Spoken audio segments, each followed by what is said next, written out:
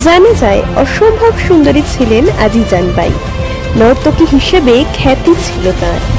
আবার অন্যদিকে তিনি ছিলেন সাহসী, জেদি এবং দেশপ্রেমী রমণী, যিনি দেশের জন্য প্রাণ দিতে বিন্দুমাত্র সংকোচ করতেন না।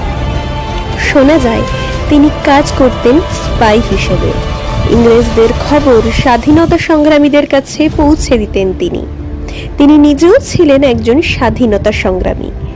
নিজের বাড়িতে স্বাধীনতা সংগ্রামীদের জায়গাও দিয়েছিলেন আজিজান বাই।